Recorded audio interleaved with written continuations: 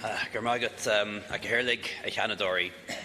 you know, today marks the 70th anniversary of the Republic of Ireland coming into effect. Today, 70 years ago, the President Seanad Éireann signed into law the Republic of Ireland Act.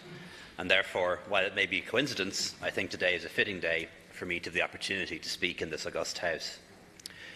Becoming a republic changed our relationship with Britain.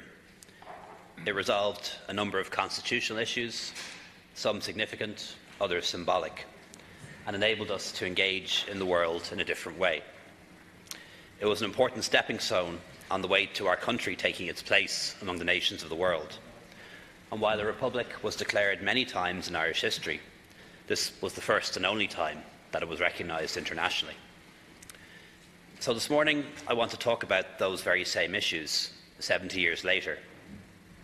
Our relationship with Britain and Northern Ireland, especially in the context of Brexit, and also how we as a small nation engage with the wider world. To mark the 70th anniversary of the Republic, the Government has organised an event with the Royal Irish Academy later this evening to discuss the events of 1948 and 1949 and to assess their significance. And I'm pleased that one of your members, Senator Batchik, is on the panel for that discussion tonight. Preparing for it, I've been reading some of the debates that took place in the Oireachtas during the passing of the bill, where it had all-party support. And I think some of the best speeches were made in this chamber. For example, a remarkable woman, Fianna Fáil's Senator Helena Kilcannon, captured the emotion of what was happening at the time. She said it was a poor Irish heart that would not feel its pulse quicken when a bill with the title Republic of Ireland came before it. She said it was proof that the death and the sufferings of those who fought in 1798, 1848, 1867 and 1916 were not in vain. Ireland is one of the oldest continuous democracies in the world, and the 1949 Act was an important stepping stone in our state's constitutional evolution, one, though, that is not yet complete. So today, all of us in the Oireachtas follow that same path, and recent events have reminded us of the importance of national parliaments working together in the national interest.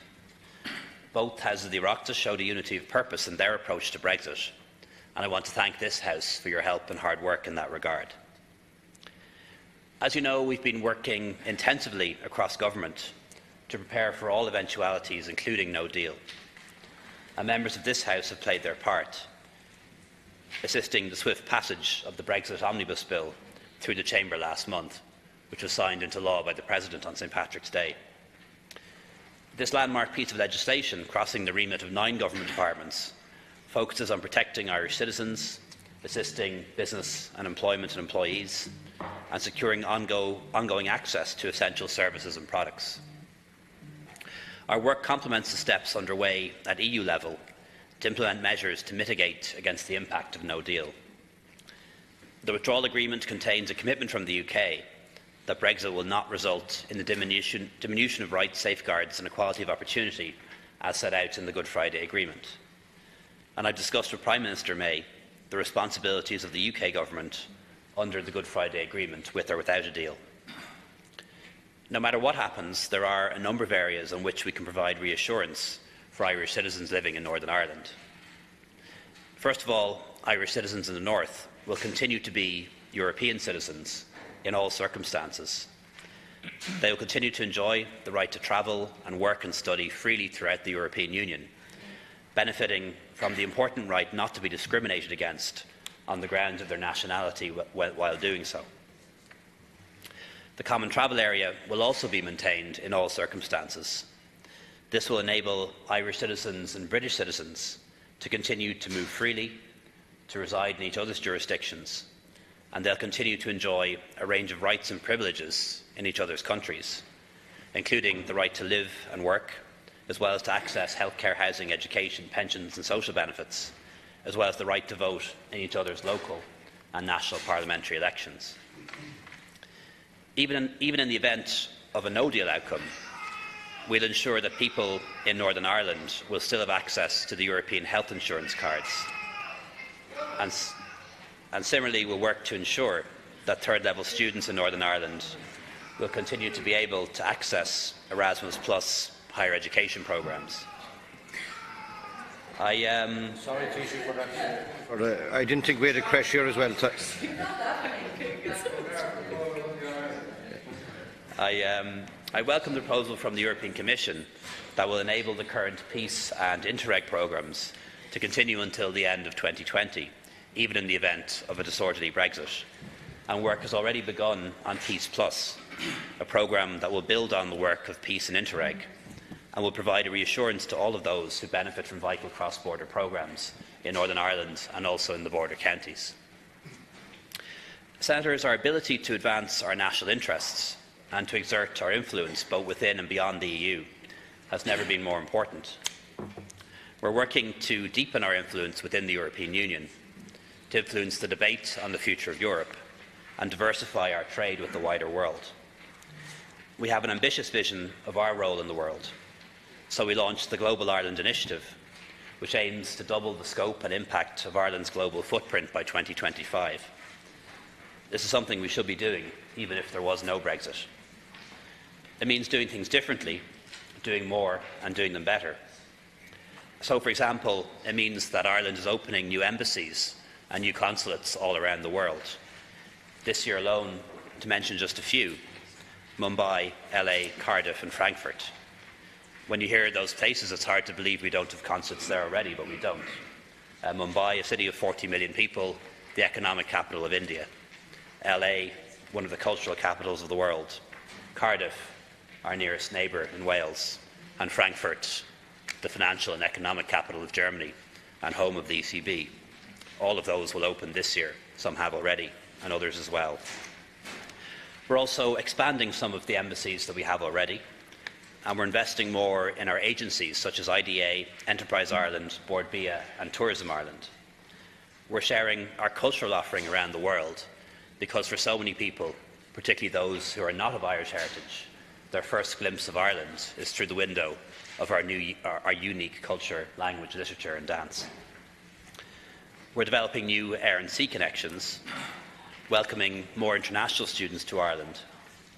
We've become observer members of the Francophonie and also have joined the Asian and African Investment and Development Banks. And we're expanding our international development programme with an increase of €100 million this year alone in our overseas aid budget. I believe that this represents the most ambitious renewal and expansion of Ireland's international presence since the foundation of the state. At home, we're also developing new initiatives to modernise local government. On the 24th of May, the people of Cork City, Waterford and Limerick will be given the opportunity to have a say on whether they want to democratically elect their own mayor, allowing more decisions to be made in Cork and Waterford and Limerick, for Cork and Waterford and Limerick, rather than in government departments in Dublin. This, I believe, is an important opportunity for these cities and city regions to elect a mayor with real responsibility to drive their cities and counties forward. And if approved, the government will initiate the legislation to allow for the first directly elected mayors to take up office in 2022. But of course, we're not forgetting about Dublin, and work is underway to establish a Dublin Citizens' Assembly to consider what type of local government structure and directly elected mayor, if any, would be appropriate for the capital. And depending on the outcome of this assembly, a plebiscite will be held on the subject in 2021. Like Caerlig, 70 years on from Ireland becoming a republic, we're living in epoch-changing times. We are a sovereign people in a participative democracy, influencing and shaping matters at the centre of multilateral decision-making. We're able to do so thanks to the efforts of the revolutionary generation who reasserted our sovereignty and independence with the passing of the Republic of Ireland Act.